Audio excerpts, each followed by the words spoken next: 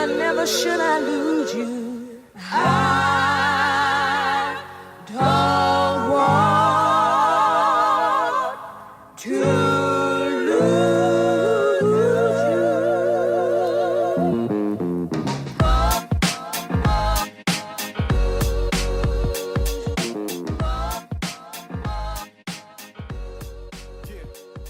It all started back in '97. An adolescent with big dreams and 6 games whenever the knowledge tested.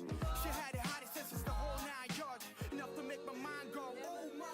About first, just what parkour is to me, and being involved with it for so long, it's changed. It's evolved about what it means in my life. So at the start, from a young age, as I've touched up on anyway, it was about something exciting, something new, something that was going to stop us being bored. And it was really fun, and it was like everyone was out and about, and all your mates, and they were doing it, and just a sense of challenge and the sense of achievement you get from doing something, you know. As I've got older, and obviously people have come and gone, and parkour's massively evolved in this country, especially. Why parkour fits so well with me is that I've never really clicked with team sports very much, like ball sports and team sports. It's not been my cup of tea. And I think a lot of that has come from school. So the guys that would play those games and, you know, happily get involved properly with, you know, football and netball and basketball, whatever. It didn't mesh well. I didn't feel good about it, so I just thought, like, never really bothered. But then after seeing, like we said, Ian and Dale and Rob all training, it was something that came a lot more natural. So one of the biggest things in parkour is that it is natural movement, and it felt a lot easier, it felt a lot more straightforward, and it felt like it clicked a lot better. So as I started, you know, slowly progression, it just felt so much more like it was part of me. It felt like something had, you know, clicked, and then after that, everything was just, oh, what are we doing today? Like, what jump have you found today that we can do? What challenge can we set each other today? I remember doing swan dives as well, out, you know, in the middle of Bentley's school, over like the tiny little bushes onto the little grass bit, and constantly getting told off for doing these jumps because it would wreck the benches and wreck the walls and all this rubbish.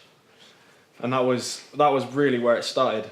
I went into things like BMXing and scooters and things like that, but I didn't necessarily grow up well off either. So spending £200 on a scooter just wasn't viable for me. So that's how I sort of got into parkour with the guys behind it. On a personal note, I lost my dad when I was about 12, 13, and so that was a really sort of hard thing for me, and that was when I first started going to the Calne Parkour sessions. And I found with these guys, while they're now my brothers and we're family, they were a father figure to me, and I always appreciated that so much, for them always being there for me and helping me in parkour training. So with mentality to breaking jumps and breaking, you know, strides and things like that, it was always hard for me being smaller, but they always pushed me that extra step. So parkour to me is less the physical gain and more the mental gain. So parkour, as we've touched on so much, is all about the mentality and breaking those barriers that you can't necessarily overcome without having to puzzle together. So parkour teaches you that you can, if you see a wall, you can get over it.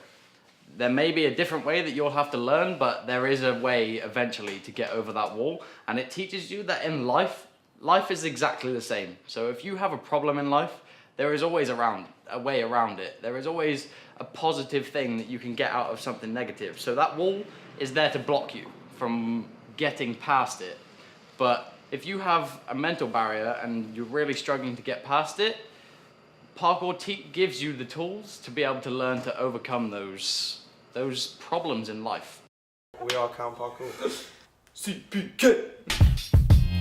So come join the movement. Friends I'll never chase till we lose them. Put your bloody hands up for Morero. It's Morero. Come put your hands up. So come join the movement. Friends I'll never chase till we lose them. Put your bloody hands up for Morero. It's Morero. Come put your hands up. I stab a man and then I leave him squirming, cause my heart's callous like the hands of a German. And I got kicked out of college, I'm still learning. Morero gang shit, now we coming for you.